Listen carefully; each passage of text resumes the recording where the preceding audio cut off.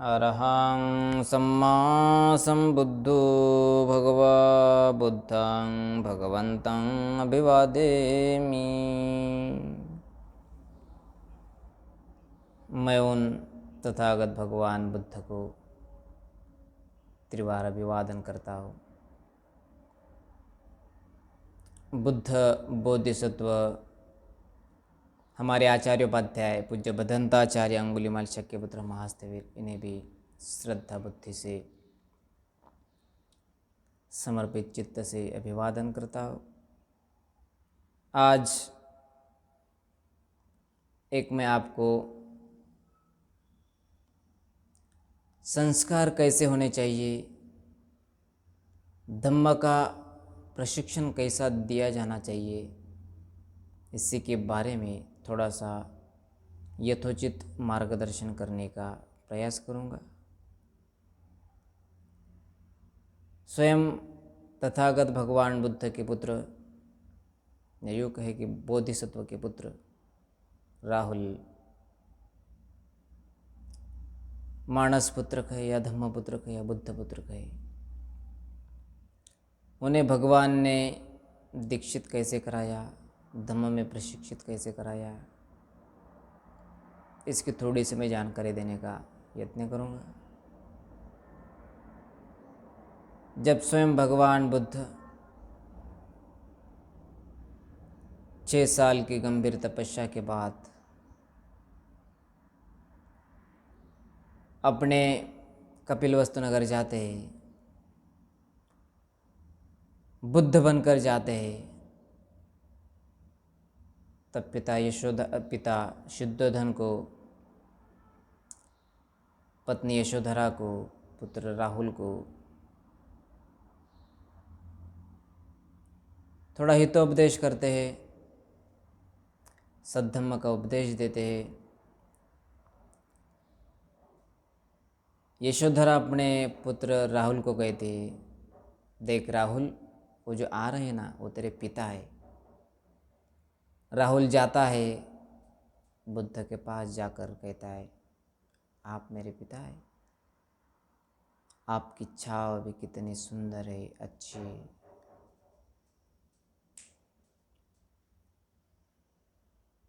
तो राहुल कहता है, मुझे मेरा धन दीजिए, जिसका मैं उत्तराधिकारी हूँ, उसका मुझे उत्तराधिकारी बनाइए। भगवान कहते, अरे राहुल, ये धन के प्रति आसक्ति मत रख, तुझे मैं ऐसी संपत्ति देता हूँ जो लौकिक और अलौकिक धन से भी बढ़कर हो,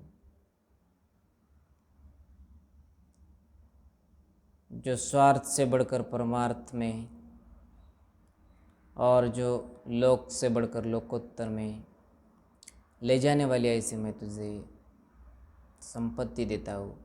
उस संपत्ति का तू उत्तराधिकारी बन। भगवान बुद्ध ने उसे बताया, हे राहुल, मेरी संपत्ति धम्म ही मेरी संपत्ति है। तब भगवान बुद्ध के साथ सारिपुत्र जी थे, महामोगलैन जी थे, उन्होंने राहुल को धम्म में प्रवचित कराया, उपसंपादित करवाया, और फिर भगवान ने राहुल के लिए एक सुंदर सा ऐसा उपदेश दिया, जिसे हम अंबल टिक्क राहुलवाद सुत्त कहते हैं, चिल्ल राहुलवाद सुत्त कहते हैं। तो भगवान ने उस सुत्त में राहुल को क्या उपदेश दिया, ये मैं आपको थोड़ा सा बताने का यत्न करूँगा। भगवान राजगृह में उपस्थित थे, दिव्य चक्षु से देखते हैं कि राहुल ध्यान कर रहा है, थोड़ा मन में वितर्क विचार आ रहे हैं। तो राहुल को समझाने के लिए बुद्ध स्वयं अम्बल टिक्का वन में जाते राहुल को उपदेश करने के लिए और धम्मों में प्रतिष्ठित करने के लिए शील समाधि प्रज्ञा में इन तीन अधिशिक्षा त्रिअधि शिक्षा में प्रतिष्ठित करने के लिए बुद्ध स्वयं राहुल के जहाँ रहने का स्थान है वहाँ जाते। दूर से ही स्वयं राहुल भगवान को आते देखता है। हमारे शास्त्रा आ रहे तो शास्त्रा के लिए पैर धोने का पानी रखता है, बैठने के लिए आसन रखता है। उसके बाद में भगवान की पूरी व्यवस्था करके भगवान बैठने के बाद उच्च शैया पर बैठने के बाद स्वयं भी छोटा सा आसन लेकर भगवान के पास बैठता है।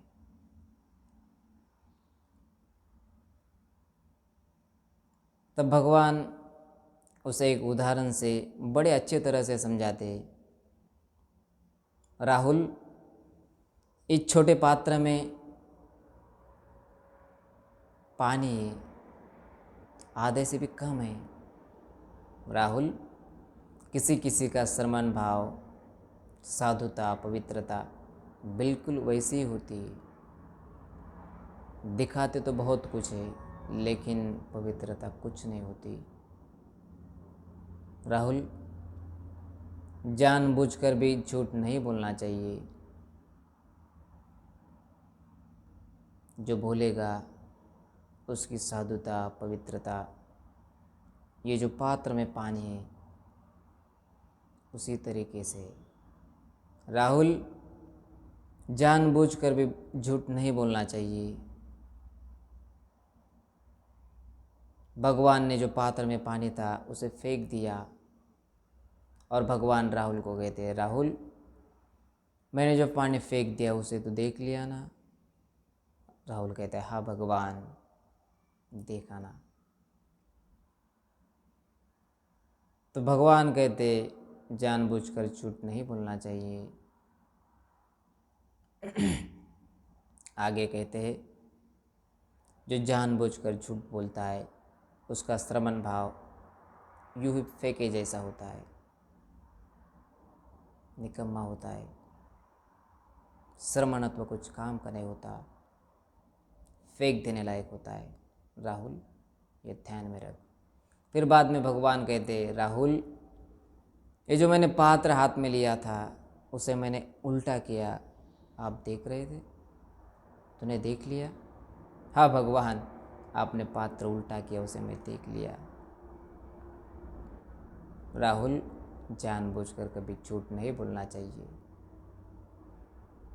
जो झूठ बोलेगा उसका श्रमणत्व, उसका संन्यस्त धर्म, उसकी पवित्रता बिल्कुल उल्टी है। दिखती तो बिल्कुल अच्छी है लेकिन बिल्कुल निरर्थक, व्यर्थ। और राहुल, जो यह पात्र उल्टा था उसे मैंने सीधा किया, देखा ना। राहुल हाँ कहता है, भगवान, हाँ देखा। तो बुद्ध से कहते हैं, राहुल, ये जो पात्र है उल्टा था, अब मैंने उसे सीधा किया लेकिन पूरा निकम्मा है। उसमें पानी नहीं है, बिल्कुल रिक्त है। राहुल, किसी किसी का जो झूठ बोलने वाला श्रमण होता है उसका श्रमण भाव, श्रमणत्व या पवित्रत्व या यूँ कहे भंतेजित्व या ब्रह्मचर्यत्व बिल्कुल निकम्मा होता है, निठल्ला होता है। राहुल, मैं तुझे कहता हूँ, जीवन भर पर्यंत कभी झूठ नहीं बोलना चाहिए। भगवान उसे बड़े प्यार से समझाते, जैसे आप आपके बच्चे को पढ़ाते हो या यूँ कहे जो भी कोई अच्छा टीचर हो वो विद्यार्थियों को पढ़ाने के लिए अच्छे अच्छे उदाहरण देकर पढ़ाता है, उसी प्रकार स्वयं भगवान शास्त्रा अपने मानसिक पुत्र या धम्म पुत्र को बड़े प्यार से और धम्म के बारे में, धम्म के उसकी आध्यात्मिक प्रगति के लिए भगवान उसे अच्छा हितोपदेश दे रहे। भगवान कहते राहुल जानबूझकर कभी झूठ नहीं बोलना चाहिए, नहीं तो श्रमणत्व कुछ काम का नहीं होगा। राहुल, जो काया का कर्म है, वाचा का कर्म है या मन का कर्म है, बिल्कुल शुद्ध होना चाहिए, अशुद्ध नहीं होना चाहिए। आगे भगवान समझाते हैं राहुल को, राहुल, काया से किसी को दुख पहुँचाए या स्वयं को दुख पहुँचे, ऐसा कोई कर्म नहीं करना चाहिए। स्वयं को और दूसरों को और दोनों को भी काया का जो दुष्कर्म है उसे छोड़ देना चाहिए, अकुशल कर्म है उसे त्याग देना चाहिए। राहुल, जो वाचा का अकुशल कर्म है, जो स्वयं के लिए विघातक है, दूसरे के लिए भी विघातक है, उस वाणी को त्याग देना चाहिए, वह वाणी नहीं बोलनी चाहिए, वर्ज करनी चाहिए। और फिर भगवान कहते राहुल, जो तू मानसिक कर्म करेगा तेरे स्वयं के हित में हो, परहित में हो, वही मानसिक कर्म करना चाहिए, अकुशल कर्म नहीं करना चाहिए। राहुल, काया से, वाणी से, मन से जो भी कोई अकुशल कर्म होगा उसे त्याग देना चाहिए। काया से, वाणी से, मन से जो भी कोई कुशल कर्म होगा उसे रात दिन करना चाहिए, रात दिन उसमें अभ्यस्त होना चाहिए, व्यस्त होना चाहिए। अकुशल मूल 6 होते हैं, जो राग, द्वेष, मोह, इसे हम अकुशल मूल कहते हैं। अराग, अद्वेष, अमोह, इसे हम कुशल मूल कहते हैं। और 10 कुशल कर्म, 10 अकुशल कर्म इन्हीं की संतान है। राहुल, तू जीवन भर यदि कुशल कर्म का पालन करेगा तो निश्चित ही तेरी मुक्ति समीप है। इसीलिए राहुल, तुझे शील का, समाधि का और प्रज्ञा का आचरण करना चाहिए।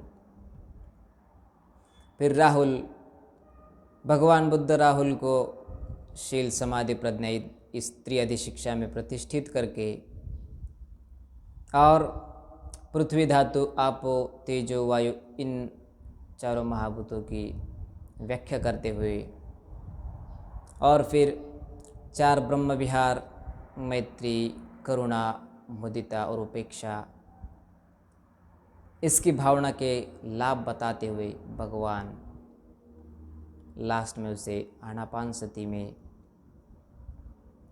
स्थित प्रज्ञा करते हैं। आनापानसति कैसी होती है, उसके लाभ क्या, न करने के आदिनाव क्या, करने से लाभ क्या, फायदे क्या क्या है, भगवान राहुल को सब कुछ बताते। राहुल, भगवान जो बताए, भगवान ने जो भी आदेश दिया या यूँ कहे उपदेश दिया, राहुल ने उस भगवान का आदेश, उपदेश शिरोधार्य माना और उसी के अनुसार आचरण करने लगा। आनापानसति करते करते राहुल अरहंतों में से एक हो गया। कायानुपश्यना या कायगता सति, आनापानसति, इसके साथ साथ ध्यान का और धम्म का अभ्यास करते करते राहुल अरहंतों में से एक हो गया। जैसे कहते खीना जाति उसीतं ब्रह्मचर्यं केतं करणीयं न परं तत्थायासि अभन्यासी अन्यत्तरोचको राहुलो अरहंतं अहोसीति। उनका जन्म क्षीण हो गया, ब्रह्मचर्यत्व पूर्ण हो गया, जो करना था पूरा कर लिया, अब पुनर्भव नहीं, पुनर्जन्म नहीं, जन्म क्षीण हो गया, संसार भव और दुख चक्र का क्षय हो गया, धम्म चक्र का उदय हो गया, राहुल अरहंतों में से एक हो गया। भगवान ने ऐसे राहुल स्वपुत्र को, मानस पुत्र या यूँ कहे धम्मपुत्र को उपदेश दिया और भगवान अपने श्रावस्ती बिहार में चल दिए। प्रथम अम्बल ठिक्को राहुलवाद सुत्त तो अम्बल ठिक्का में दिया, राजगृह में दिया। दूसरा सुत्त चुल्ल राहुलवाद सुत्त ये श्रावस्ती में दिया। उसी के अनुसार राहुल, बुद्धादेश के अनुसार राहुल एक अशेष अवस्था को प्राप्त हुआ। भगवान जैसे उसे प्यार से समझाए, राहुल ने उसका सदाचरण अनुकरण किया और जल्द ही राहुल शिनाश्रव अवस्था को प्राप्त हुआ। यदि